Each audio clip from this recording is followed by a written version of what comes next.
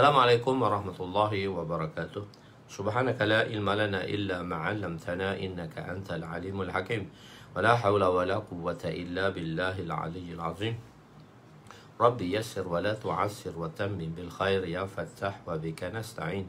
Nahmaduhu wa nusalli wa nusallim ala rasulihil karim wa ala alihi wa ashabihil fatihina bihadiyihim ilal haqiqatil majaza amma ba'du. A'udzu billahi minasyaitonir rajim. Bismillahirrahmanirrahim. Laqad kana lakum fi Rasulillahi uswatun hasanah. Sadaqallahul azim. Wa qala Nabi sallallahu alaihi wasallam, "Ma uhiya ilayya an ajma'al mal wa akum minat tajirin, walakin uhiya ilayya an sabbih bihamdi rabbika wa kum minas sajidin wa'bud rabbaka hatta ya'tiyakal yaqin." Atau kama qala alaihi wassalatu wassalam. Ya, malam ni kita berada di muka surat 458, iaitu Fadilat, hadis yang ke-179. Kita ada dalam 20 hadis lagi lah untuk habis di dalam kitab berpegang teguh dengan Al-Quran dan Sunnah. Kita ada lagi dalam 20 hadis lagi, tak banyak lagi lah, 20 lebih hadis lagi. Dalam 20 lebih hadis lagi, dan kita akan habis jilid 1, dan kita akan terus pergi ke jilid 2, Kitabus Shalah. Kepada yang umum, pada yang baru hadir, kita akan pergi ke jilid habis Kitabul Iman ini, iaitu habis bab yang kelima ini, berpegang teguh kepada Al-Quran dan Sunnah. Terus kita akan masuk jilid kedua. Tuan-tuan ambil note, kita akan masuk ke jilid kedua. Bagi mereka yang baru hadir dalam majlis kita pada malam inilah, kita akan terus ke jilid kedua dalam Kitabus Salat. Sebab Kitabul Ilm, Kitabut Taharah, kita ada di dalam program daurah. Jadi kita ada Kitabus Salat. Dan jilid ketiga juga masih lagi sambungan Kitabus Salat. Dan apabila habisnya Kitabut Taharah di dalam program daurah kita, kita akan masuk terus ke jilid keempat, iaitu Kitabul Janaiz, iaitu pengurusan jenazah, daripada menziarahi orang sakit sampailah ke pengurusan jenazah. Khair, malam ni kita berada di hadis yang ke-179, iaitu 179 fadilatnya, yang hadis yang ke-40, fadilat untuk mereka yang terkemudian, fadilat dan ganjaran bagi mereka yang datang kemudian seperti kita semua. Bismillahirrahmanirrahim. Wa an Abi Hurairah radhiyallahu anhu qala Rasul sallallahu alaihi wasallam, innakum fi zamanin man taraka minkum ushra ma umira bihi halaka wa summa ya'ti zamanun man amila minhum bi ushri ma umira bihi najah. Rawahu Tirmizi. Sayyidina Abu Hurairah radhiyallahu anhu meriwayatkan bahawa Rasulullah sallallahu alaihi wasallam bersabda, sesungguhnya kamu semua berada pada zaman yang jika seorang itu meninggalkan 1/10 daripada apa yang diperintahkan, yakni umira bihi, apa yang diperintahkan, maka dia akan binasa. Ini untuk sahabat dia tinggal 1/10 saja, 10% saja daripada amalan yang telah difardukan atau amalan yang diperintahkan, mereka gagal dan binasa. Kemudian akan datang satu zaman jika seorang itu mengamalkan usra ma umira bihi, iaitu 1/10 daripada apa yang telah diperintahkan, maka dia akan berjaya. Ini beri berita gembira, berita gembira pada kita yang terkemudian dan pada mereka yang terdahulu sezaman dengan Nabi. Mereka kurang 1/10, mereka gagal. Kita cukup 1/10 saja, kita dah berjaya. So kita pergi kepada pentafsirannya, penerangan. Kamu semua berada pada zaman, Nabi kata sallallahu alaihi wasallam berkata kepada sahabat, jadi kamu berada pada zaman yang terbaik. Nabi kata khairu qurun qarni, sebaik-baik kurun adalah kurun daku. Summal ladzina yalunahum, selepas tu selepas daku. Summal ladzina yalunahum, selepas itu selepas daku. Itu 3 kurun yang terbaik. Okey. Pada zaman yang terbaik kerana kamu melihat Al-Quran diturunkan. Pada masa itu sahabat nampak Al-Quran diturunkan. Apabila Nabi berada di atas unta, maka beratnya Al-Quran tu. Beratnya Al-Quran tu sampai terduduk unta tadi.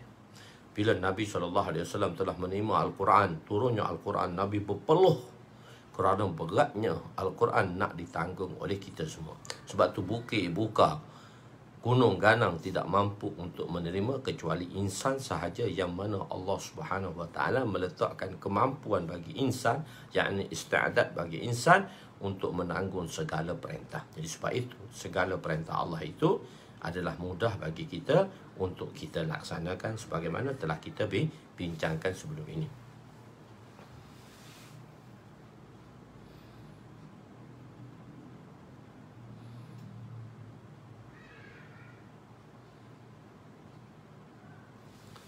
So, saya minta maaf lah, pagi saya tidak dapat bersiaran lagi sekarang. Kalau ada pun dalam seminggu sekali saja saya akan bersiaran pagi. Sebab saya sudah ada pengajian dah. Sudah saya jelaskan dah. Tak apa, tuan-tuan boleh ikuti di dalam rancangan. Tuan-tuan tengok balik apa yang telah saya kemukakan. Jadi, okey. Jadi di sini, iaitu pada zaman yang mana wahyu disampaikan kepada Nabi berada bersama kamu. Jadi wahyu diturun, sahabat nampak wahyu itu turun. Oleh itu tuntutan ke atas kamu begitu tinggi. Jadi tuntutan perintah ke atas sahabat tadi adalah tinggi. Sehingga jika kamu tinggalkan, Nabi kata 1/10 saja, 1/10 daripada amalan agama, maka kamu akan binasa. Bila kita kata sebut amalan agama, dia bukan hanya segi ibadat. Dia ada 5 komponen yang besar tadi. 5 komponen yang besar, iaitu apa dia? Imaniyat, ibadat, muamalat, muasyarah, akhlakiyat. Dia bukan hanya bergantung kepada ibadat saja, tapi dia bergantung kepada imaniyat, ibadat, muamalat, muasyarah dan akhlakiyat. Itulah ma umira bihi. Itulah perkara yang diperintahkan oleh Allah SWT kepada umat ini melalui baginda sallallahu alaihi wasallam. 1/10. Tapi kita ni ialah, Nabi kata pada umat yang akhir zaman ni berbahagia mereka jika mereka mengamalkan 1/10. Okey, bi'ushri ma umira bihi. Bi'ushri ma umira bihi. Ushra minkum taraka minkum ushra ma umira bihi. Ushra tu dia bawa dalam maf'ul, sebab tu dia jadi ushra. Dia tak, ni bi'ushri sebab dia berada dengan huruf jar. Begitu. Jadi begini. Jadi 1/10. Apa makna 1/10 ni? Dari sudut mana kita lihat? Adakah dari sudut kualiti maupun dari sudut kuantiti?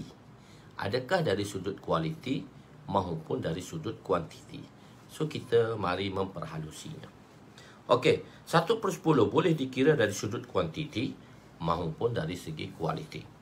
Jika dilihat dari segi kuantiti, kita tengok, kalau tengok dari segi pentafsiran kuantiti, okeylah, 1/10 daripada perintah. Kita ambil contoh sembahyang. 1/10 daripada perintah, iaitu dalam ibadat, kita ambil dia sembahyang. Kita diperintahkan sembahyang 5 kali sehari. 5 kali sehari. Kalau 2 hari bermakna 10 waktu. Kalau 1/10 daripada kuantiti bermakna kita menunaikan 1 waktu sahaja. Kalau kita maksudkan kuantiti dari sudut itu, maka dia tak betul. Dia tak betul sebab fardu tadi kesemua pada sahabat pun dia difardukan. Pada sahabat pun mereka difardukan 5 waktu. Kita pun juga difardukan 5 waktu, sebab fardu itu tak boleh dikurangkan. Dari sudut kefarduannya, kalau kita lihat kepada kuantiti, so makna dia tidak tepat. Kalau 2 hari, maka kita sahabat kena menunaikan, iaitu sahabat menunaikan 10 waktu. Kalau kita 1/10 bermakna 1 waktu. Jadi sudut kuantiti terhadap kefarduan tak boleh. Benda tu tak tepat. Okey, kita lihat kepada sudut kualiti. Kalau kita lihat dari sudut kualiti, maka dia mesti ada satu alat. Mesti ada satu alat yang mana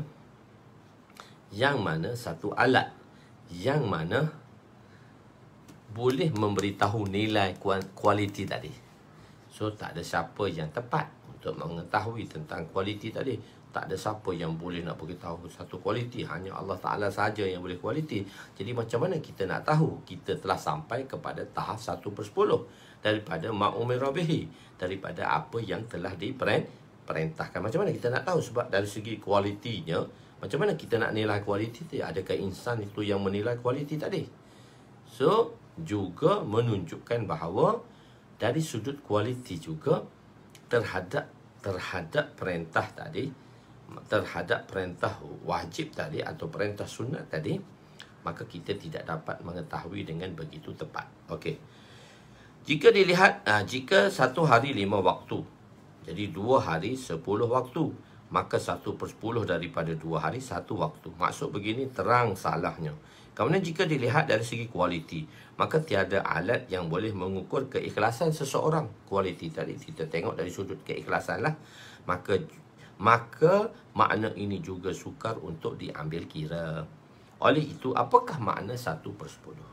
Jadi kita gabungkan kualiti dengan kuantiti, ataupun kita separatekan. Kita tengok dari sudut perintah itu wajib dan sunnah. Kita tengok dari sudut, kita tak tengok daripada kuantitinya, atau kita tidak tengok daripada sudut kualitinya, sebab kita tengok dari sudut yang berbeza.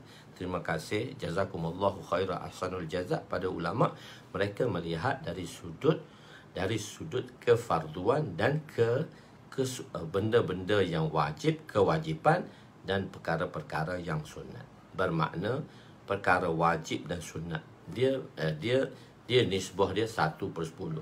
Maknanya benda yang wajib tadi sedikit nak dibandingkan dengan perkara-perkara yang sunat. Sembahyang wajib 5 je, sembahyang sunat ni banyak. Sembahyang sunat berbagai-bagai sunat boleh.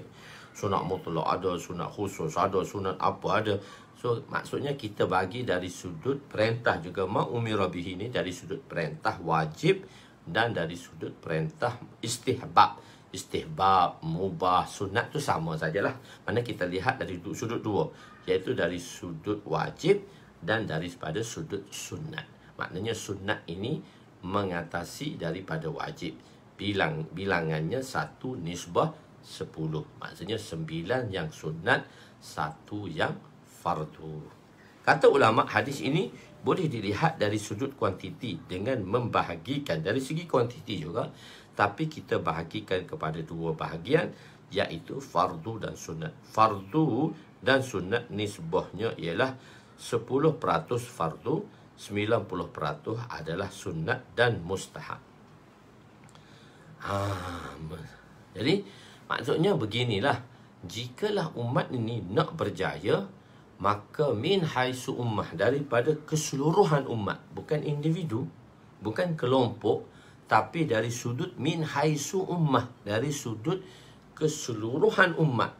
Maknanya semua orang Islam. Kalau kita tengok mana semua orang Islam, jika orang Islam tadi menunaikan semua perkara wajib, jika orang Islam tadi menunaikan semua perkara wajib, dari sudut imaniyatnya, dari sudut ibadatnya, dari sudut muamalatnya, dari sudut ma'asyarahnya, dari sudut akhlaknya, maka 1/10 yang wajib atas dasar keimanan, 1/10 yang wajib atas dasar ibadat, 1/10 yang wajib atas dasar muamalat, muasyarah dan akhlakiyat.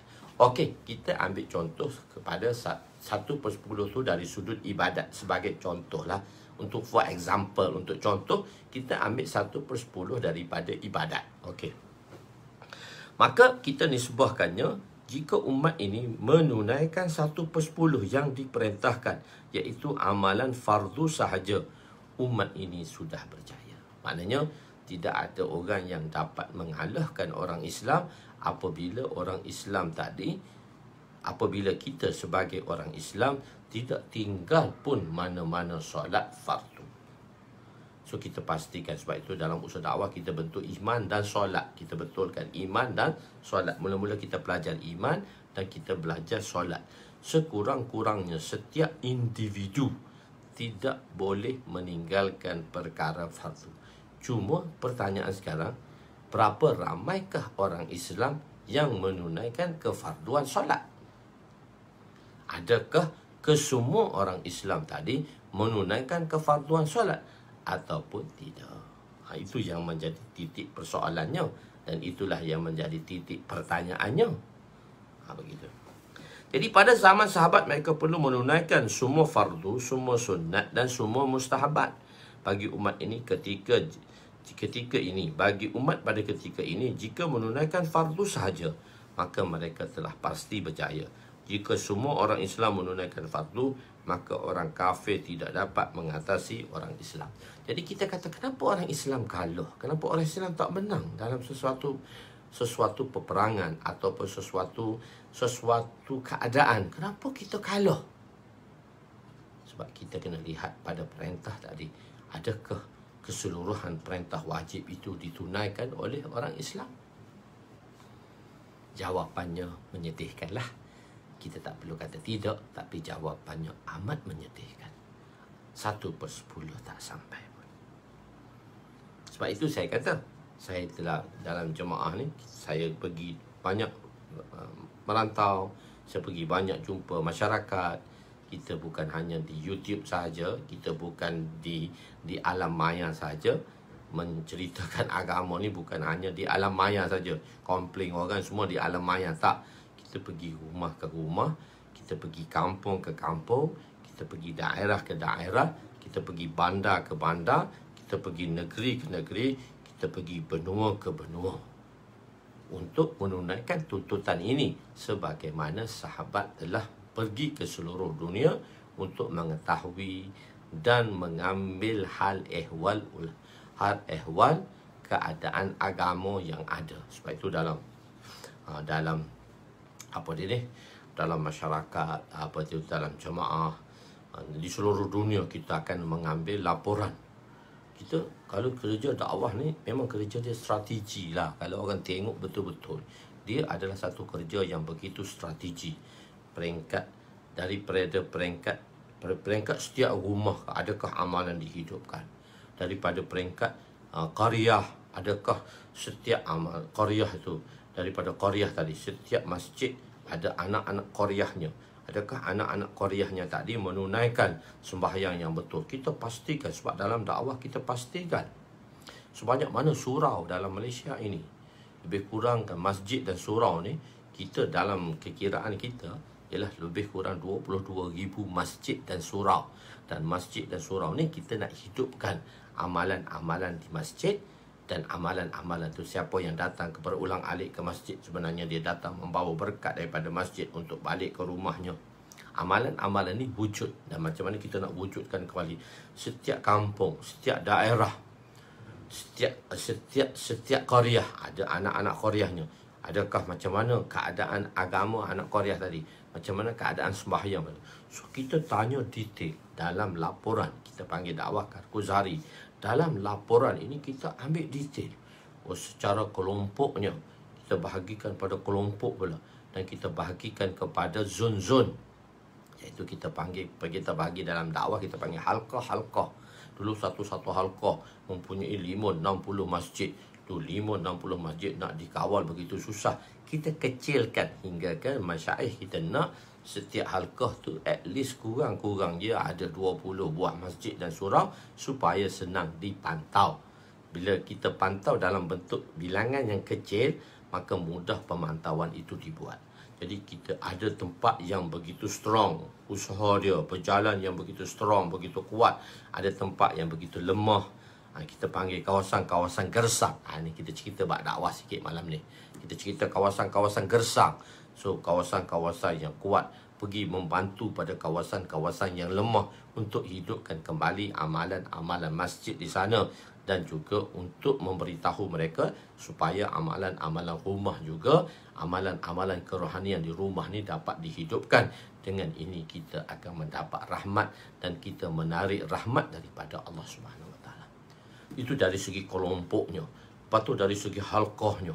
Macam kita Kuala Lumpur, kita dulu hanya ada beberapa halqah saja. Berpuluh-puluh halqah. Sekarang kita dah sampai ratus-ratus halqah dah. 100 lebih halqah dah. Dikecil-kecilkannya halqah tadi. Supaya apa? Kita bergerak memantau syura-syura, ahli tanggungjawab, fikiman pergi ke mana-mana untuk memberitahu. Tengok bilangannya, jaga solat tak, datang masjid tak, macam semua tu kita ambil detail. Kalau orang tengok, perhatikan cara teknik kerja dakwah, memang detail. Cuma orang tengok luar tu, orang tak tahu. Bila orang datang, siap dah report dia. Dia ada data-data dia. Setiap macam data-data dia. Kita bukan perlukan data, tapi data tu nak melihat juga adakah kerja-kerja yang dibuat. Itulah laporan-laporan telah dibuat. Di seluruh dunia laporan dibuat. Kita ada mesyuarat tahunan dunia. 2 tahun sekali seluruh dunia akan mengikut negeri masing-masing, akan pergi mesyuarat di tempat induk kita di India, di Nizamuddin, untuk kita tahu berapakah pergerakan sekarang, macam mana jemaah-jemaah dikeluarkan, macam mana keadaan hal ehwal agama. Sebabnya kita nak hidupkan kembali apa yang dibawa oleh Nabi SAW. Sekurang-kurangnya umat ini datang kepada 1/10 daripada amalan agama. Bila sampai tahap tu, sudah kita mendapat kejayaan dan tidak ada siapa boleh mengalahkan kita orang Islam. Tapi sayangnya, bilangan tersebut masih belum sampai dan kita berada bukan di 1/10, mungkin kita berada di 1/1000 dari sudut itu. Jadi 1/1000 dari sudut itu. 1/1000 dari sudut tersebut tadi. Kita kena tengok amalan-amalan. Jadi itulah amalan yang kita inginkan, untuk kita hidupkan kembali amalan ini. Tengok. Sekarang secara hakikat, berapa ramaikah orang Islam yang beramal dengan amalan fardu seperti solat contoh dia. Sebagaimana terjadi kepada penulis, yakni saya sendiri, apabila beliau pergi ke sebuah surau yang mempunyai 7,000 unit rumah. Saya pergi ke sebuah surau yang mana surau tadi dia ada 15,000 unit rumah. 15,000 unit rumah. Campurlah India di Kuala Lumpur ni. Saya tak nak beritahu lah flat mana yang saya nak gambarkan ni. Ini dalam 10 years ago, 15 years ago kita orang buat kajian tadi. Kita pergi sebuah surau dan sebuah flat yang mana di Kuala Lumpur ni, yang flat tu mempunyai flat yang besar dan mempunyai bilangan unit rumahnya 15,000. Saya tulis sini 7,000 tu sebab atas dasar orang Islam. So kita bahagikan separuh non-Muslim, separuh Muslim, iaitu 7,500. So 7,500 ni susah nak kira. Saya kata 7,000, satu flat tu sebenarnya 15,000, tapi satu flat tu ialah 7,000 unit rumah orang Islam. Tapi oleh kerana dia sebuah flat, maka kemudahan ibadatnya hanya satu surau saja, iaitu surau Jumaat. Tapi kalau kita duduk kawasan taman perumahan yang landed punya rumah-rumah teres ni, maka 1,000 unit rumah itu ialah satu taman. Berarti 7,000 unit rumah itu sebenarnya ada 7 buah taman. Sepatutnya 7 buah taman dengan satu taman yang berkuantiti rumahnya 1,000, bermakna setiap taman ada, kalau 7,000 unit rumah berarti 7 taman, bermakna satu masjid beserta lagi 6 surau. Sebab atas dasar facility tadi, maksudnya pihak-pihak pentadbir tadi, dia akan menyediakan tempat ibadat. Jadi kalau satu taman 1,000 orang duduk, maka satu buah surau atau satu buah masjid. Jadi sepatutnya 7,000 ada 7 buah masjid. Tapi oleh kerana dia nama sebuah flat, maka dia menyediakan, pihak pentadbir tadi menyediakan satu surau saja dan surau Jumaat. Sepatutnya dia kena ada 7 surau, tapi dia gunakan satu surau. Tak apalah, at least jika setiap rumah tadi ada 7,000 unit rumah, kita kata ada orang lelaki akil balik 3 orang lah kita ambil. Orang yang akil balik lelaki ni 3 orang lah ada. Maka jumlahnya 21,000 daripada 7,000 tadi unit rumah. Okeylah, 20,000 tu susah nak kira. 21,000 kita ambil genap lah. Kita kata 20,000, iaitu 20,000 unit, 20,000 individu Islam. 20,000. Tapi kita tengok kat surau berapa orang. Kehadirannya ada 20 orang. Sepatutnya hadir 20,000. Okeylah, kita kata celang-celut dia ada kerja dan sebagainya. Okey, 20 per 20,000 bermakna 1/1000. Sedangkan jaminan Nabi pada kita 1/10. Jadi tahap agama kita, kalau kita tengoklah tahap agama kita terlalu mundur. Macam mana Allah SWT nak memberi kejayaan kepada orang Islam? Kita berada di tahap 1/1000, bukannya 1/10. So, berapa kali lagi kita kena sacrifice? Berapa kali lagi kita kena buat usaha untuk mencapai bilangan 1/10? Daripada 1/1000 untuk capai kepada 1/10, maka kita kena tambah 100 kali ganda usaha lagi. Bukan 2 kali ganda usaha, 100 kali ganda usaha lagi untuk mencapai tahap 1/10. Jadi 20 orang lebih kurang. Jadi nisbahnya 1/1000 orang Islam yang menunaikan perintah, sedangkan janji Nabi ialah 1/10. Jadi ini hakikat kenapa kita orang Islam tidak dibantu oleh Allah Subhanahu wa taala. Untuk mencapai 1/10 daripada 1/1000, terpaksa berusaha 100 kali ganda. Oleh itu, menjadi kewajipan setiap daripada kita untuk berusaha menambahkan bilangan tersebut. Ahli-ahli, kita nak ramaikan masjid, kita nak ramaikan umat ini supaya kita berada dalam 1/10. Maka disitulah ma umira bihi ya'ti zamanun man amila minhum bi usyri ma umira bihi najah berjaya. Kalau tidak, jangan kita impikan kejayaan itu, sebab 1/10 nilaian itu tidak tercapai. Moga Allah SWT maafkan kita semua. Kita berada pada hadis yang 180/41. Apakah natijah daripada suka membantah-bantah? Wa an Abi Umamah radhiyallahu anhu qala Rasul sallallahu alaihi wasallam ma dhalla qaumun ba'da hudan kanu alaihi illa utul jadala. Summa qara'a Rasul sallallahu alaihi wasallam hadhihi al-ayah ma darabu laka illa jadala bal hum qaumun khasimun. Rawahu Ahmad wa Tirmizi wa Ibnu Majah. Sayyidina Abu Umamah radhiyallahu anhu meriwayatkan bahawa Rasulullah sallallahu alaihi wasallam bersabda, tidak akan sesat suatu kaum selepas mereka berada di dalam hidayat.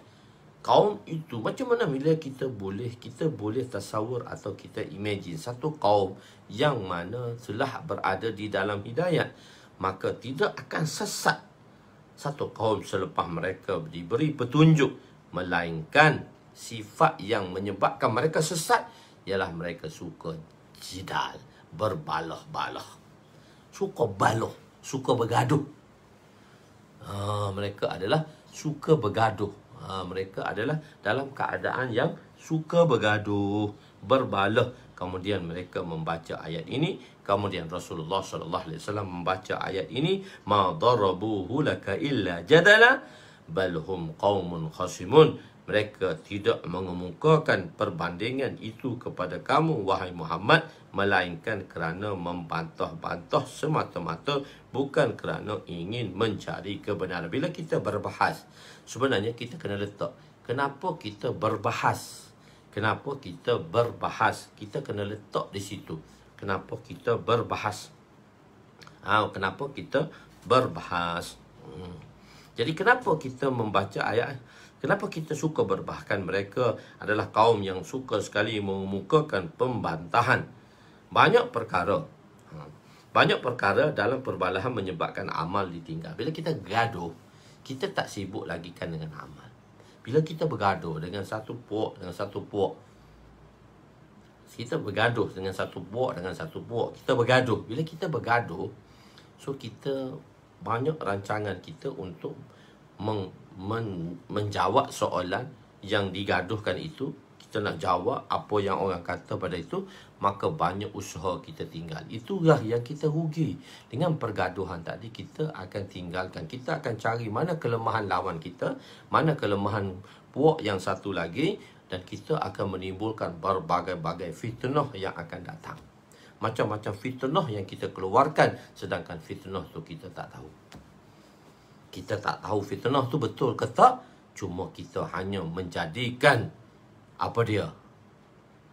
kita menjadikan FB, kita menjadikan internet tu adalah guru kita dan kita menyebarkan berita itu, sedangkan berita itu betul atau tidak, berita itu salah atau tidak, berita itu betul atau tidak, atau salah atau tidak, dan kita menyebarkannya. Kita sebarkan hakikatnya, kita salah. Jadi sebab itu kita tidak melihat mana kesalahan orang. Kita perlu apa langkah dan apa perkara yang perlu kita baiki, dan apakah perkara yang perlu kita jalankan. Bukan kita untuk menjatuhkan satu-satu lawan, dengan sebab kita bergaduh ni hanya banyak amalan-amalan kita ditinggalkan. Persoalan yang berbangkit tidak membantu dalam mereka beramal. Jadi persoalannya ialah apabila kita bergaduh, dia tak membantu kita untuk beramal, tapi bahkan kita bergaduh untuk menghasut satu sama lain, kita membenci satu sama lain, dan kita benci kepada satu sama lain. Dengan sebab kita benci satu sama lain, maka kita akan bergaduh dan kita akan tohmoh satu sama lain. Dan inilah menyebabkan kejatuhan kita dan kemusnahan kita. Syaitan akan bertepuk tangan. Aku dah berjaya. Aku dah berjaya. Allahu Akbar. Maka seorang yang bertanya atas dasar untuk beramal, seorang yang bertanya, kalau satu orang tu dia bertanya atas dasar nak beramal, dan seorang yang bertanya atas dasar untuk berbahas. Beza. Kita satu orang mari dia nak tanya soalan, kita faham dah dia mari nak bahas dengan kita. Dan kita mari satu orang yang datang pada kita, dia nak bertanya soalan, kita dah faham dah. Orang yang bertanya tu dah kita pengalaman dah. Kita dah faham dah orang mari tu dia nak berjidal dengan kita, atau dia nak mengetahui apa yang sebenar. Kalau kita berbahas untuk mencari kebenaran, maka kedua-dua kita akan mendapat petunjuk. Walaupun kita kalah di dalam perbahasan tadi, kerana apa? Tapi kalau kita datang hanya untuk mencari kemenangan dan kita tidak mencari hak, walaupun kita kalah, kita tidak akan mengaku akan kesalahan itu. Dan kita tetap berpegang dengan kejahilan kita, dan kita tetap bersandarkan kebodohan kita, dan kita tidak boleh menerima daripada pihak yang satu lagi, walaupun hakikatnya mereka itu bercakap benar. Tapi sebab apa? Hati kita telah ditutup oleh Allah Subhanahu Wa Taala. Sebab tu kalau kita berdebat, kalau kita orang nak mari datang berdebat, kita tanya, tuan ni nak berdebat untuk mencari kebenaran ke, atau tuan nak kalahkan kami? Kalau kami menang dalam perdebatan ini, tuan tak boleh menerima kami, sebab tuan-tuan telah tutupkan penerimaan tadi ke atas apa yang telah kami hujahkan dengan apa yang telah tuan telah lontarkan soalan-soalan tersebut. Jadi innakum wa ma ta'buduna min dunillah khasabu jahannam antum laha waridun. Allah Subhanahu wa taala berfirman, sesungguhnya kamu dan apa yang kamu sembah yang selain daripada Allah menjadi bahan bakaran yang dilemparkan ke dalam jahannam, kamu sudah tetap akan memasukkannya. Maknanya bahan-bahan bakaran yang dilemparkan ke dalam neraka jahannam. Tengok sesungguhnya kamu dan apa yang kamu sembah yang lain selain daripada Allah menjadi bahan-bahan bakaran yang dilemparkan ke dalam neraka jahannam, kamu sudah tetap akan memasukinya. Apa maksudnya? Surah Al-Anbiya 109 ayat 98. Orang kafir musyrik berkata, orang Nasara menyembah Isa. Tengok, orang musyrik kata, tengok orang Nasara, orang musyrikin kata, orang Nasara dia sembah Isa. Mana orang yang menyembah selain daripada Allah dan yang disembah itu Isa. Jadi maksudnya Isa masuk neraka jugalah. Otak dia pakai otak dia. Jadi orang musyrikin berkata orang Nasara menyembah Isa, maka Isa akan ditempatkan dalam jahannam lah. So dia mari tanya persoalan pelik kan. Dia tanya soalan pelik. Persoalan begini hanya untuk menimbulkan perbalahan saja. Jadi orang Orang Yahudi tidak mengaku Isa alaihissalam sebagai Nabi. Orang Kristian tidak mengaku Isa sebagai Musa sebagai Rasul. Orang Kristian tak aku Musa sebagai Rasul. Sayyidina Musa alaihissalam sebagai Rasul. Dan orang-orang Yahudi tidak mengaku Sayyidina Isa alaihissalam sebagai Rasul. Jadi kata kalau kau bergaduh, berbalah, kalau kau dikatakan okey, orang Kristian mengatakan orang Yahudi kafir, maka orang Kristian dia menyembah, dan dia orang Yahudi suka kepada Nabi Musa. Dia telah sembah Uzair alaihissalam. Uzair alaihissalam dikatakan Uzair ibnullah.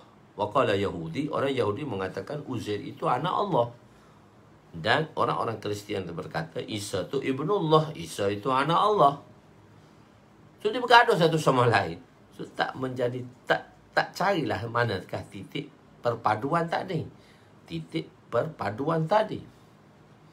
Jadi sebab itu kita Islam, kita mengatakan kita mempercayai Sayyidina Musa alaihissalam sebagai Nabi, Sayyidina Isa alaihissalam sebagai Nabi, dan kita tidak mengatakan Sayyidina Uzair alaihissalam sebagai anak Tuhan sebagaimana yang dikatakan oleh Yahudi, dan kita tidak mengatakan Sayyidina Isa alaihissalam sebagai anak Tuhan. Kita mengatakan kedua-duanya adalah Rasul Allah. Jadi perbahasan itu. Jadi kalau kau sembah Nabi Isa, orang yang menyembah Isa tadi masuk neraka. Dan Isa sendiri masuk neraka, bergantung kepada ayat ni. Itu kefahaman mereka yang salah.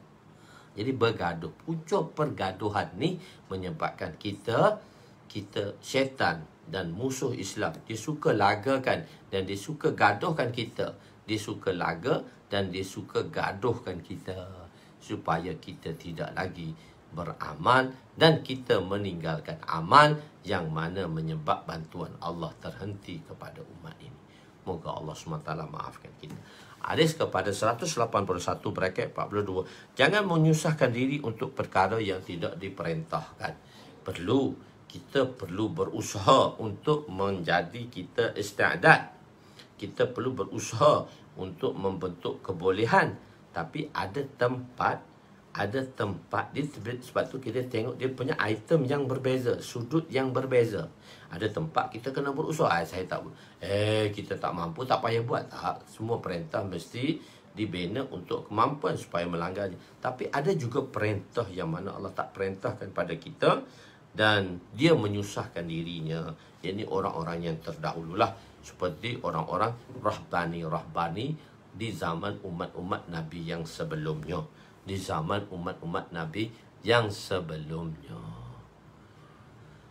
Begitu. Bismillahirrahmanirrahim. Wa ana Anas radhiyallahu anhu, hadis kan 181. Wa ana Anas radhiyallahu anhu anna Rasul sallallahu alaihi wasallam kana yaqulu la tushaddidu ala anfusikum wa yusaddidallahu alaikum fa inna qauman saddadu ala anfusihim wa fasaddadallahu alaihim fatilka baqayahum fi sawami'i wad diyar rahbaniyata ibtada'uha ma katabnaha alaihim, rawahu Abu Daud. Sayyidina Anas bin Malik radhiyallahu anhu meriwayatkan bahawa Rasulullah sallallahu alaihi wasallam bersabda, jangan kamu menyusahkan diri kamu, maka Allah akan memberatkan ke atas kamu. Jadi jangan menyusahkan tu tidak secara umum. Dia mungkin ada perkara-perkara yang ada spesifiknya. Kadang-kadang hadis tu dia nampak spesifik tapi dia umum. Kadang-kadang dia nampak umum tapi tak semua perkara itu boleh diumumkan. Sesungguhnya satu kaum memberatkan ke atas diri mereka, maka Allah beratkan ke atas mereka. Mereka lah orang-orang yang masih kekal di biara-biara dan tempat-tempat ibadat-ibadat seperti orang Yahudi. Warahbaniyatan ibtada'uha ma katabnaha alaihim. Dan perbuatan mereka beribadat secara rahbaniyah. Mereka lah sahaja yang mengadakannya dan mereka cipta. Mereka yang ada-adakannya dan mereka lah yang mereka-rekakannya. sedangkan kami tidak wajib ke atas mereka itu. Suratul Hadid ayat 27, hadis riwayat Imam Abu Daud rahmatullah alaih. Okey. Mereka-mereka yang beribadat yakni orang-orang Yahudi lah dan orang-orang Kristian yang beribadat itu orang-orang rahbaniyah mereka. Orang-orang beribadat secara rahbaniyah yang mana mereka tidak dituntut dan mereka tidak diperintahkan untuk melakukan ibadat sedemikian. Sawami' ni jamak kepada sumi'ah. Sumi'atun, iaitu tempat ibadat orang-orang Nasara, iaitu kita panggil dia gereja lah sekarang. Sumi'ah jawabnya as-sawami'. Bilik gereja pun ada dia gereja tu bukan setakat gereja. Sawami' ni ialah bilik yang dibuat di atas menara. Dia akan buat satu menara yang tinggi. Menara yang tinggi, atas tu ada bilik dan dia akan naik dengan menggunakan tangga. Selepas tu dia tolak tangga, jatuhkan tangga dan dia duduk di atas menara tersebut beribadat kepada Allah sampai dia mati. Tak makan, tak minum, ibadat, menyusahkan diri. So itu cara, sebab tu dia panggil cara rahbaniyah yang salah. Tapi dia dah rahbaniyah tu dibahagikan kepada rahbaniyah umat ni lain dah daripada rahbaniyah umat yang terdahulu. Okey. Jadi kemudian tangga digunakan untuk menaiki menara itu dan kemudian dijatuhkan tangga itu dan mereka kekal beribadat di atas bilik itu sehingga mereka mati. Itu di Sawami'. Mereka beribadat di tempat yang tinggi untuk menjadi orang-orang rahbaniyah. Ad-diyar pula jamak kepada plural kepada perkataan dir. Dir ini ialah rumah ibadat orang-orang Yahudi. Jadi orang-orang Yahudi juga mereka beribadat secara rahbaniyah dan juga orang-orang Kristian juga beribadat secara rahbaniyah. Orang-orang Nasara dan Yahudi ini menterjihkan kehidupan rahbaniyah. Jadi mereka orang-orang yang beragama lah di dalam kehidupan mereka. Mereka suka hidup ortodok. Menterjihkan kehidupan rahbaniyah. Kesimpulannya daripada rahbaniyah ini iaitu apa kesimpulan? Mereka tinggal makan, mereka tak minum, mereka tinggal kesenangan, mereka tinggal kelazatan, mereka meninggalkan nikah kahwin. Salah satunya padri-padri mereka tak kahwin, tetapi manusia ada nafsu. Padri-padri itulah juga daripada sister-sister dia tu penuh anak-anak luar nikah. Manusia, padri pun manusia, bukannya Tuhan. Jadi keadaan-keadaan begitu. Jadi banyak perkara-perkara yang berlaku di sebalik tabir dalam gereja-gereja yang mana orang tak tahu. Allah meninggalkan nikah kahwin semata-mata untuk beribadat. Semata-mata untuk beribadat. Orang Nasara terbahagi kepada dua. Murai dan ghair murai. Dan murai terbahagi kepada dua, mutabi dan bukan mutabi. Dan mutabi terbahagi kepada dua, mutarahib dan bukan mutarahib. Kenapa dan detail saya tak nak terangkan. Itu tak perlu tahu pun. Cuma nak bahagikan sahaja pembahagian ratib-ratib mereka, rahib-rahib mereka dari segi rahbaniyah yang mereka lakukan. Khair, kita pergi kepada seterusnya. Hadis kan 182 bracket 43. 5 isi kandungan Al-Quran. Isi kandungan Quran ini dia ada 5 perkara. Bismillahirrahmanirrahim. Wa an Abi Hurairah radhiyallahu anhu qala qala Rasul sallallahu alaihi wasallam nazala al-Quran ala 5 awjuhin halalin wa haramin wa muhkamin wa mutasyabihin wa amsalin fa ahillul halala wa harrimul harama wa'malu bil muhkami wa aminu bil mutasyabihi wa'tabiru bil amsal. هذا اللفظ للمصابح وروى البيهقي في شعب الإيمان ولفظه فاعملوا بالحلال واجتنبوا الحرام واتبعوا المحكم. Sayyidina Abu Hurairah radhiyallahu anhu meriwayatkan bahawa Rasulullah sallallahu alaihi wasallam bersabda, Al-Quran itu turun dengan 5 wajah, dengan 5 perkara lah. 5 wajah, saya terjemah tu atas 5 perkara, 5 kandungan lah.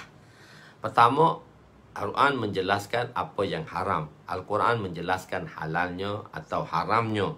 Ataupun ayat-ayat yang muhkam, yang jelas dan terang. Dan ayat-ayat mutasyabihah yang terdapat kesamaran. Dan 5 ialah darbul amsal, pemisalan-pemisalan yang telah dijelaskan oleh Allah Subhanahu Wa Taala. Maka hendaklah kamu menghalalkan apa yang halal, mengharamkan perkara yang haram, beramal dengan ayat-ayat yang muhkam lagi terang, dan beriman dengan mutasyabihat, beriman sahaja dengan huruf-huruf mutasyabihat, ayat-ayat mutasyabihat, dan mengambil pengajaran daripada perumpamaan-perumpamaan, contoh-contoh dan misal-misal yang telah diberikan di dalam Al-Quran.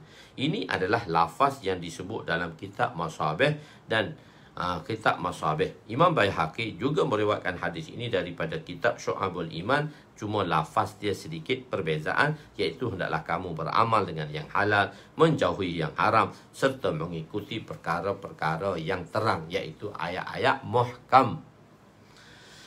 Penerangan muhkamat. Muhkam tak disebut, ni muhkamat pula. Muhkamat tadi adalah plural pada perkataan muhkam.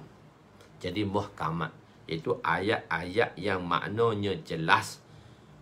Mutasyabihat iaitu ayat yang hanya diketahui Allah, seperti tadi kita katalah huruf-huruf mutasyabihat, iaitu yadullah fauqa aidihim, tangan Allah di atas tangan-tangan mereka, yakni Allah mengatasi. Maksud apa tu? So mufti telah terjemahkan selalu, yakni Allah mengawasi. Itu terjemah mutaakhirin, terjemah ulama-ulama mutaakhirin, terjemah ulama mutakaddimin, tangan Allah di atas tangan-tangan mereka. Macam mana terjemah lafzi, macam mana makna dia, Allah saja yang tahu. Telah kita jelaskan ayat-ayat mutasyabihat tadi, terjemahnya dari sudut tafwid bagi ulama-ulama mutakaddimin, dan ulama-ulama mutaakhirin terjemahnya ialah tafsir, iaitu memberi penjelasan. Jelasnya yakni apa maksud tangan Allah ke atas tangan mereka, yakni tertafsir tu Allah mengawasi keadaan mereka, memberi taat setia sebagaimana perjanjian mereka bertaat setia. Dah janji alastu bi rabbikum qalu bala syahidna, yang mana kita telah berjanji kepada Allah di alam arwah untuk mengaku bahawa Allah itu Rabb. Jadi Allah mengawasi taat janji setia yang kita telah lafazkan di alam arwah tadi. Adakah kita benar dalam penyaksian terhadap janji itu atau kita mendustainya? Itu maksudnya yadullah fauqa aidihim, tangan Allah ke atas tangan mereka. Ajib, ulama mutakhir ini dah jelaskan. Wa ja'a rabbuka wal malaku saffan saffa. Ayat-ayat mutasyabihat juga. Dan perintah Tuhanmu pun datang. Wa ja'a rabbuka, dan datanglah Tuhan kamu. Dan datanglah, dan Tuhan kamu pun datang. Tapi kita kata Tuhan tu apa dia? Rabbuka tu apa dia? Perintah Tuhan dah datang. Sedangkan malaikat berbaris-baris siap sedia menjalankan perintah. Wal malaku saffan saffa, bila datangnya perintah Allah nak diberikan pada manusia, mereka bersusun-susun untuk bersusun-susun dalam berbentuk baris, siap sedia untuk menjalankan perintah. Tuntutan iman ialah kita beriman kepada kelima-lima perkara yang menjadi kandungan Al-Quran tadi. Kita amal pada perkara yang halal dan kita tinggal pada perkara yang haram. Mengenai ayat-ayat muhkam yang jelas dan terang, hendaklah kita fahami dan mendalaminya.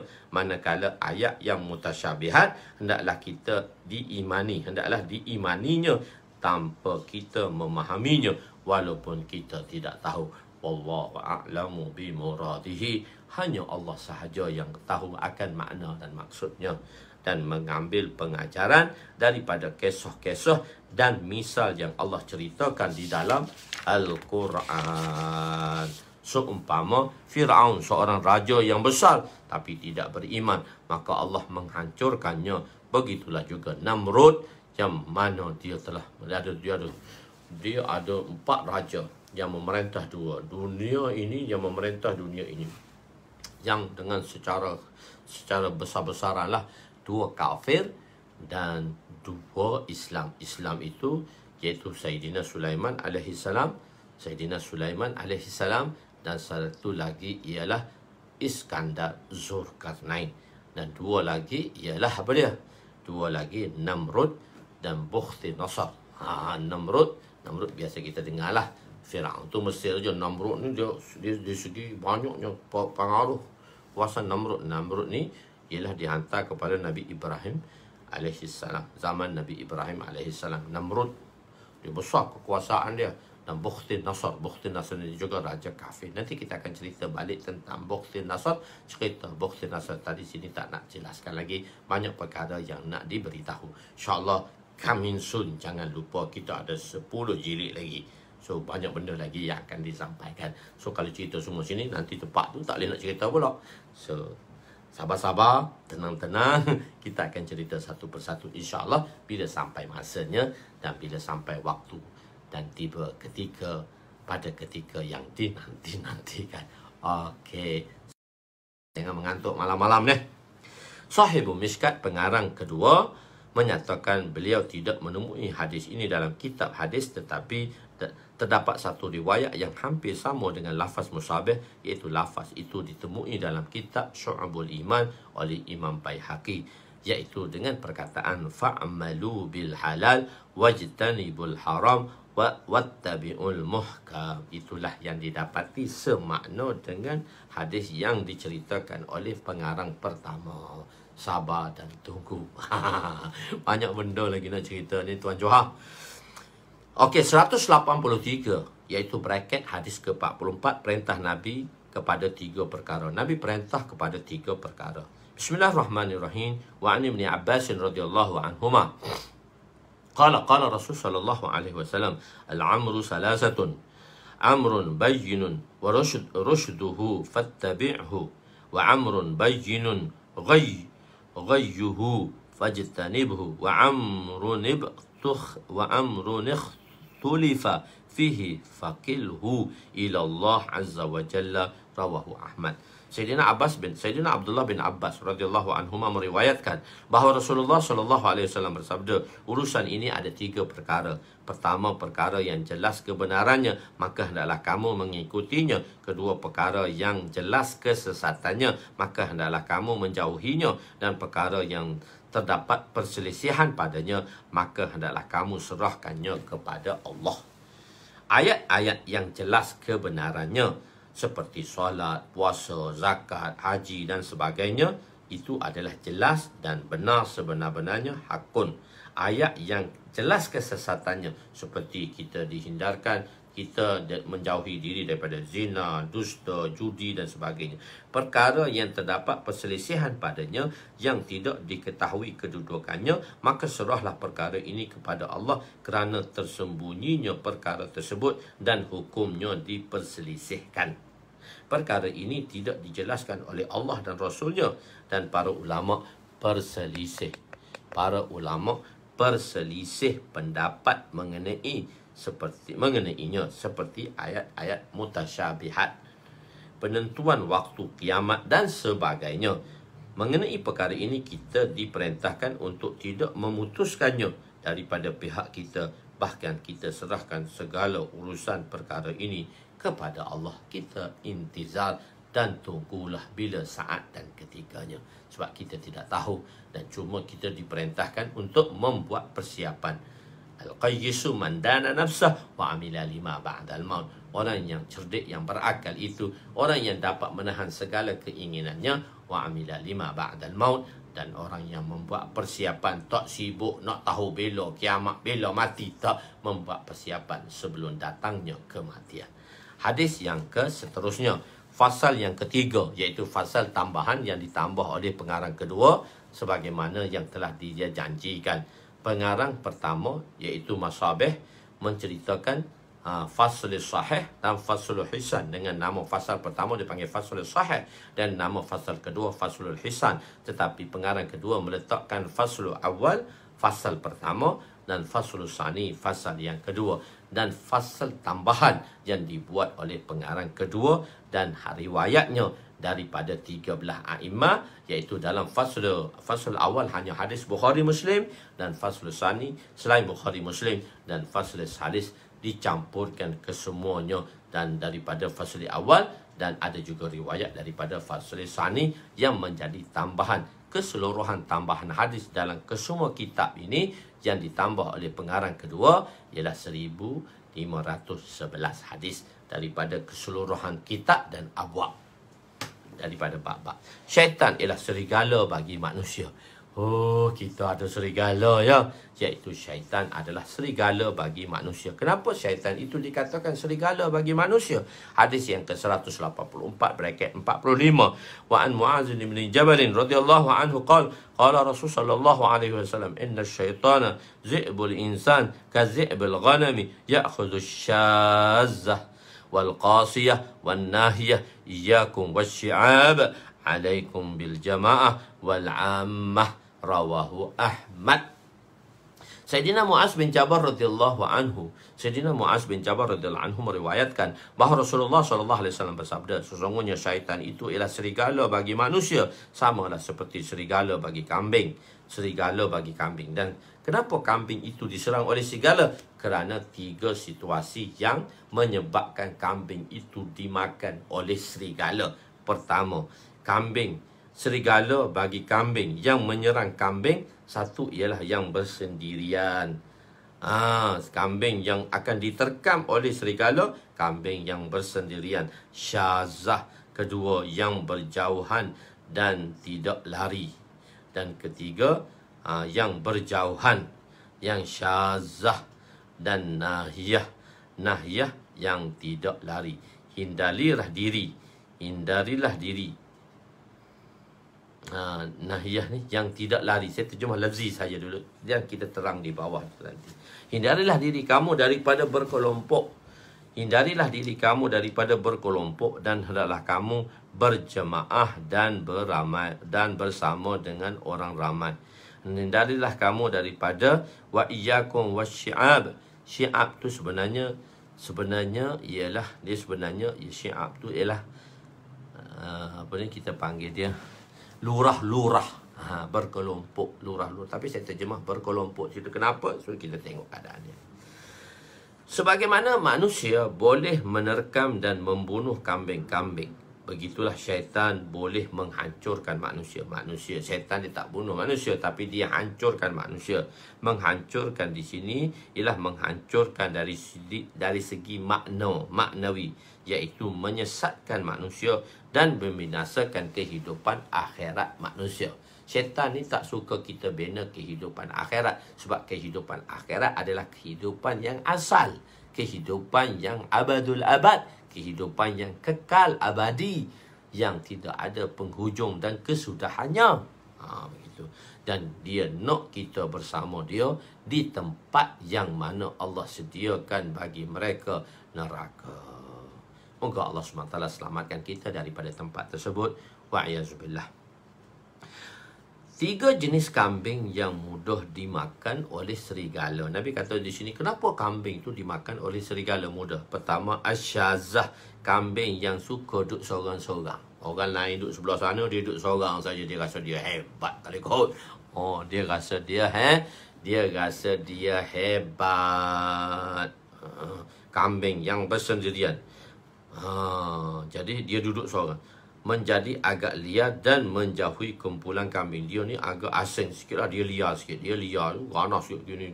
Dia rasa dia kedebel ikut, dia liar sikit. So dia berasingan. Bila dia tu asing, senangnya lah serigala nak goreng dia. Bila kita berasing daripada jemaah, bila kita meninggalkan jemaah, bila kita suka hidup seorang diri, kita tak suka bermasyarakat dan meninggalkan pula ahli sunnah wal jamaah, sedaplah kena goreng kat syaitan. Kedua, qasiyah, sejenis kambing yang tunduk kepalanya dan terus makan. Ni tuak dah. Ni tunduk kepala ni yang jenis kuat cari dunia ni. Tak tengok dah kanan kiri ni, hentam saja, tunduk lah, duk cari dunia. Tunduk. Siapa malaikat marilah. Malaikat mari, tunggu dulu, kita nak beramal soleh. Al-qasiyah ni sejenis kambing yang tunduk kepalanya dan terus makan, tidak memerhatikan sekeliling sehingga ia jauh daripada kumpulan. Duduk ragu-ragu, duduk seronok ni, makan banyak pula harta dapat ni, tak tahu halal haram ni, tak tahu halal terharam ni. Seumpama manusia yang terus mengejar dunia sehingga dia jauh daripada jemaah. Jemaah pun tak kenal, masjid pun tak tahu kat mana. Orang begini mudah ditipu oleh syaitan. Nahiyah, apa nahiyah kata? Saya terjemah tadi yang tidak lari secara lafzi saja. Nahiyah ni diterjemah di tafsir apa dia? Iaitu kambing yang jauh dari perhatian pengembala. Tadi dua sifat yang mana kambing tu sendiri leka. Dia yang mengasingkan diri, dan kedua, dia ni cari makan banyak sangat. Iaitu manusia yang mana dengan sebab diri dia sendiri, dia binasa. Ketiga ni ialah yang tidak ada penjaga, yang jauh daripada penjaga. Penjaga tak tengok dia. Sebab tu kita perlu ada penjaga kita. Orang-orang yang boleh mengawal kita, dan orang-orang yang boleh menegur kita, orang-orang yang boleh membetulkan kita kembali. Iaitu nahiyah, kambing yang jauh daripada perhatian pengembala, yang akhirnya terpisah daripada kumpulan. Begitu juga manusia yang terpisah daripada rakan-rakannya sehingga dia jauh tersesat jalan. 3 sebab manusia mudah terpesong, iaitu tidak bermasyarakat. Kedua, menyibukkan diri dengan mengejar dunia. Ketiga, tidak dipimpin sehingga dia jauh sesat. Manusia ni perlu ada pimpinan. Kita ni perlu orang memimpin kita. Bila kita menjadi pemimpin, bila kita berada di pihak atasan, perlu kita ada lagi orang yang boleh pimpin. Kullu zi ilmi alim. Kullu zi ilmi alim. Setiap zi ilmi, maknanya setiap orang yang berilmu itu, kullu zi ilmi, setiap yang berilmu itu alim. Ada lagi orang yang lebih alim daripadanya. Walaupun dia rasa dia dah alim, walaupun dia rasa dia dah hebat, sebenarnya ada lagi orang yang lebih hebat daripadanya. Sebab itu, kita mesti mengiktirafkan kemampuan dan kebolehan seseorang. Jangan kita merendahkan seorang, jangan kita tak boleh terima pemberitahuan seorang, jangan kita merasa kita saja dah betul. Kita kena akur akan seseorang tadi, khususnya dalam ilmu. Walaupun kita rasa kita tahu semua, tapi sebenarnya ada lagi orang yang lebih mengetahui. Kalau kita memang terhebat pun, ada lagi alim, zat yang maha mengetahui. Kullu zi ilmi alim. Allah kata setiap yang berilmu tu ada lagi mereka yang di atasnya yang lebih mengetahui. Alim tu sifat mubalaghah yang mengembali kepada sifat Allah Subhanahu wa taala. Selamatkan diri kamu daripada lembah-lembah. Si'ab ni maksud dia lembah. Daripada berkelompok lembah, iaitu kerana terdapatnya binatang buas atau perompak. Begitulah syaitan. Bila kita duduk di lembah, so kita terperangkap dalam lembah tadi. So bila kita terperangkap, susahlah kita nak lari ke mana lagi dah. Di lembah tadi. Syaitan tadi lembah. Dan terperangkap. Sebagaimana berlaku kepada Sayyidina Ka'ab radhiyallahu anhu. Dia duduk terhimpit dah. Dia duduk di lembah. Walaupun saat apabila beliau diasingkan disebabkan tidak menyertai peperangan Tabuk. Nabi itu atas perintah Allah kena asingkan, asing pun tak berbuat, tak bercakap dengan dia saja, duduk dalam masyarakat tapi tak bercakap sebab kerana itu perintah Allah, kerana tidak pergi ke Tabuk. 3 orang yang beriman tidak pergi ke Tabuk. Apabila beliau diasingkan, maka datang selalu surat Raja Ghassan menjemput beliau untuk memeluk Kristian. Dia kata, Inna lillah. Orang Kristian sampai fikir aku nak tinggalkan Islam sebab ketua aku, sebab Rasulullah SAW.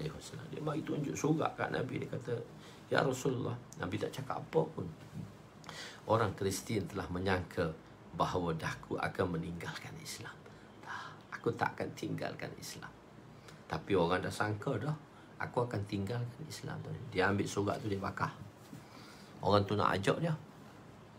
Nak ajak dia untuk mengekalkan, untuk mengelakkan. Ditulis kepadanya bahawa beliau ialah seorang yang baik. Bagusnya Ka'ab ni dizalimi, marilah bersama kami. Kamu dizalimi oleh peketua kamu, mari dengan kami, tak apa, kami layan kamu sebaik-baiknya. Kami jadikan kamu orang atasan kami. Kami akan melayan kamu sebaik-baiknya. Orang-orang kamu dah tak layan kamu dah, dia kata. Untuk mengelakkan diri, hendaklah kita sentiasa berjemaah. Jadi nak selamatkan kita bersama dengan jemaah. Biar orang masjid tu kenal kita. Tu anak jemaah kita tu. Kena ni. Siapa mati tu? Tak tahu. Masjid tak pernah jejak. Masjid tak pernah pergi.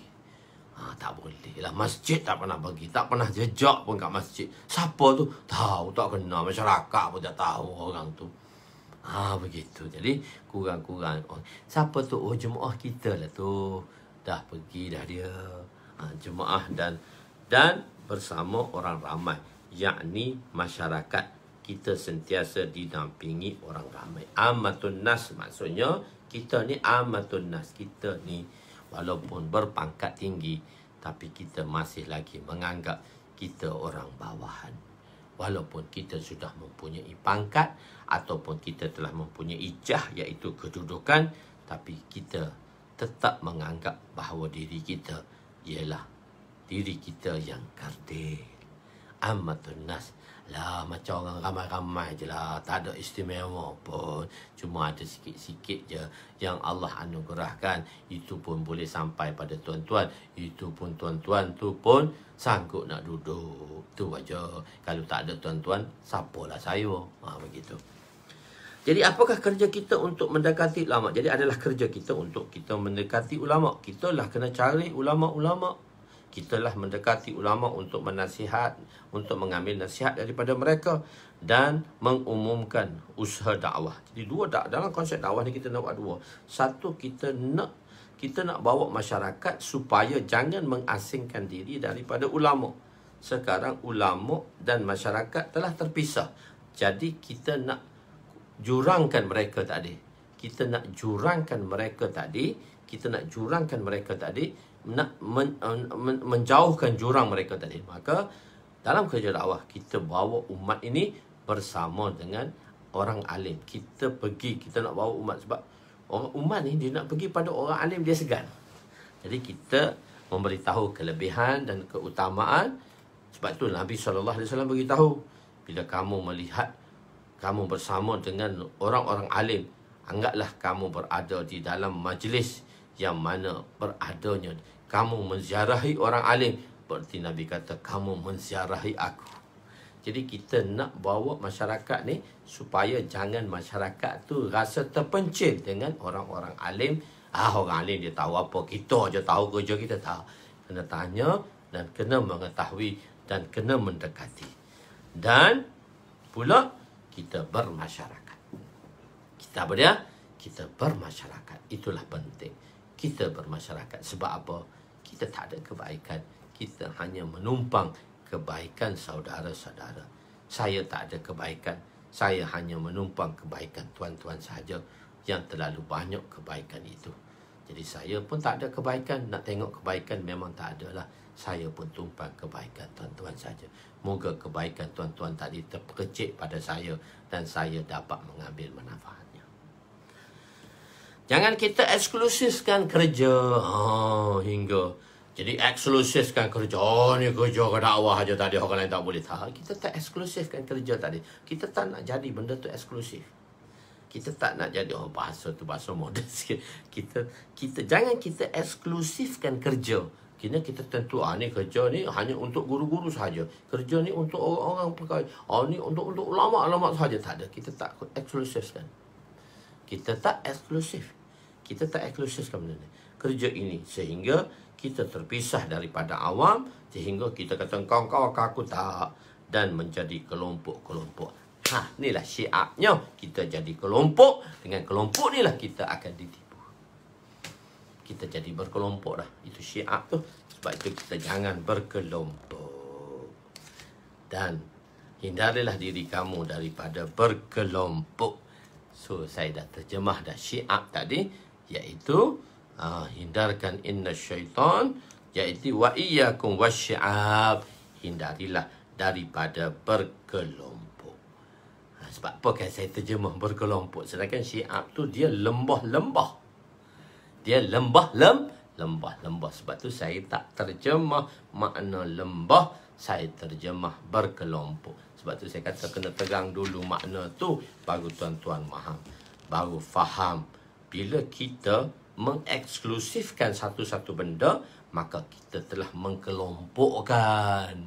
Bila kita telah berkelompok, kita kata kelompok kita aja betul, orang lain tak betul. So, syaitan dah tipu kita. Syaitan dah tipu kita. Sebab tu kita jadi keras. Kita dah jadi kelompok lah. Kita telah berkelompok. So, kita tak nak berkelompok. Kita tak eksklusifkan benda ni. Kita tak nak jadi eksklusif. Kita nak ammatun nas. Kita nak umumkan perkara ini. Dan kita nak bawa umat ini kepada ulama. Dan kita nak mendampingi umat ini kepada ilmu yang ada pada ulama. Dan kita tidak mengeksklusifkan. Kita tak mengeksklusifkan perkara-perkara tersebut. Tak apa, yang ada mesyuarat, teruskan dengan mesyuarat masing-masing. Kita berjalan terus. Yang mana boleh masuk dan kurang semua sekali, tak apa cikgu. Okey, kita boleh tengok lagi untuk akan datang. Sebab kalau kita nak tunggu semua free, sampai bila kita tak akan habis. Sampai bila kita tak akan habis kitab kita ni. So kita berjalan terus, kita niat azam yang kukuh, insya-Allah kita akan sudahkan kitab kita juga. Jadi insya-Allah kita telah membina, kita telah buat apa dia tu, kita telah buat grup lah. Jadi saya minta izin lah sebab nama-nama dengan admin, ada dengan admin lebih kurang 100 orang lebih. So dalam grup kita ni ada dah di-invite pada link-link untuk masuk grup. Sebenarnya masuk grup tu pun tak menyusahkan tuan-tuan. Itu pun setelah 3 bulan tuan-tuan bersama dengan saya, baru saya suruh bina grup. Dulu ada ramai, ustaz buat grup. Saya tak nak, saya tak suka macam. Tapi bila sampai waktu kita perlu benda ini, maka kita perlulah. Kita bukan tak perlu, tapi pada masa dulu kita tak perlu lagi. Sebab kita okey, tapi kita dah ada strategi lah. Kita dah ada strategi dia. So strategi tu kita pakailah. Jadi sebab itu, untuk memudahkan kerja saya dan kerja tuan-tuan, untuk memudahkan kita semua, maka kita perlu ada grup WhatsApp lah. Grup WhatsApp ni pun kita tak ada iklan apa-apa. Kita tak nak lah tuan-tuan iklan macam-macam pelik. So cuma di sini saya nak iklan sahaja mudah. Sebab ramai di kalangan orang-orang veteran macam saya 50-an tu, kita kira dah veteran. Dia tak suka nak tengok apa yang di page-page tu, yang diiklankan di page-page tu. Dia tahu senang nak tengok WhatsApp je. Mudah kan? Haji Manan, Haji Daulah, Haji Abdullah Sattar, semua tu kita orang veteran semua dah. So tak nak tengok page-page ni, tak tahu pun ada dalam page atau jadi tak peka sangat. Jadi so kita ada grup, senang. Okey, malam ni pukul 9.45 kelas kita di antara range kita 9.45 hingga 9.30 atau 9.45 lah. Kalau mungkin cepat pun 9.30, kalau lambat pun ialah 9.45. Mungkin pergi 9.50 kot. Saya mengajar di tempat yang jauh sikit, nak sampai rumah tu agak jauh sikit. Tapi ada jugalah tiap-tiap malam-malam yang saya terpaksa ke Melaka, pengajian saya di Melaka.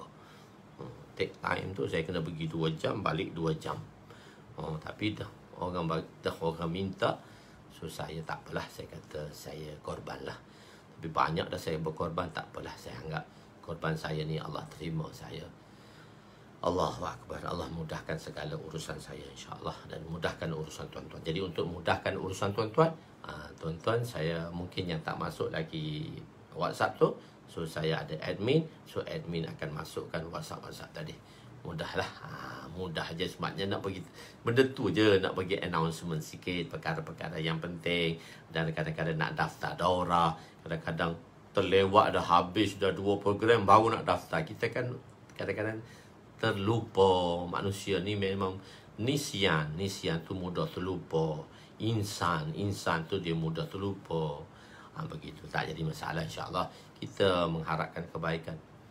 Hari apa dengannya, maka tak mula lagi lah di Melaka, di Taman Maju saya akan buat di Melaka tu sebulan sekali. Itu pengajian miskat.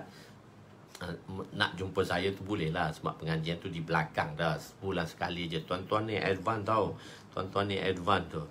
Tuan-tuan mengaji dengan saya 74 kali siri dah. Dan kita ada daurah dah 4 CD dah, hampir 100 jam lebih dah. Tanya mudahlah kita berapa jam dah. So lebih kurang 600 jam semua kita akan habiskan pengajian kita ni. Tak tahulah 600 jam ke. Saya dengan budak-budak tu 600 jam. Tapi dengan tuan-tuan tak tahu jadi 700 ke 800 jam. Tak apa, insyaAllah kita perlahan-lahan insyaAllah. Itulah kita akan insyaAllah. Yang baik itu daripada Allah, yang kurang itu daripada kelemahan saya lah. Apa-apa insyaAllah. Saya dah masuk dah daurah kita, link untuk pendaftaran daurah kita yang kelima. Jangan lupa temu janji kita insyaAllah pada 24, 25, 26 pada hari Jumaat, Sabtu pagi dan malam, dan juga Ahad malam insyaAllah. InsyaAllah.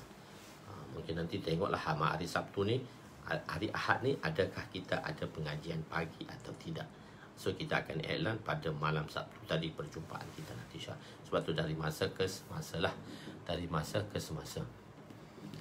Boleh insyaAllah siapa-siapa yang tuan masukkan dalam grup tu. Imam kita tu Rahim Junaid dan sebagainya. InsyaAllah semua yang ada di dalam daurah saya tu saya akan masuk lah. Sebab kita hanya ada beberapa admin saja. Wallahualam, yang baik itu daripada Allah, yang kurang itu daripada kelemahan saya. Aku laqawli hadza astaghfirullahalazim li wa li walidayya wa li jami'il muslimin wal muslimat wal mu'minin wal mu'minat al ahya'i minhum amwat bi rahmatika ya arhamar rahimin ya awwalal awwalin wa ya akhiral akhirin wa ya zal quwwatil matin wa ya rahimal masakin wa ya arhamar rahimin. Salamna anfusana wa in lam taghfir lana wa tarhamna lanakunanna minal khasirin. Allahumma ighfir lana dhunubana wa wasi' lana khalaqana wa tajib lana kasabana wa kanni'na bima razaqtana wa la tuzhib talabana ila syai'in sarraftahu anna. Ya Allah ya Tuhan kami, ya Allah ya Tuhan kami, ampunilah dosa kami ya Allah. Pada saudara kami ya Allah, ada mereka yang memohon tentang kelemahan dan kedaifan ya Allah, ada mereka yang memohon tentang anak-anak ya Allah, dan segala permasalahan mereka. Ada mereka yang berdoa dan meminta mohon ampun, meminta kami berdoa supaya dipermudahkan segala urusannya ya Allah. Maka permudahkanlah ya Allah segala doa-doa orang yang memohon dan meminta supaya kami untuk berdoa untuk mereka semua ya Allah. Terimalah, kabullah permintaan mereka ya Allah, yang menghadapi masalah anak yang diganggu dan sebagainya ya Allah. Rabbana zalamna anfusana wa in lam taghfir lana wa tarhamna lanakunanna minal khasirin. Rabbana atina fid dunya hasanah wa fil akhirati hasanah wa qina adzabannar. Wassallallahu ala sayyidina Muhammadin wa ala alihi wa sahbihi ajma'in. Walhamdulillahi rabbil alamin. Taqabbalallahu minna wa minkum ya karim. Taqabbala.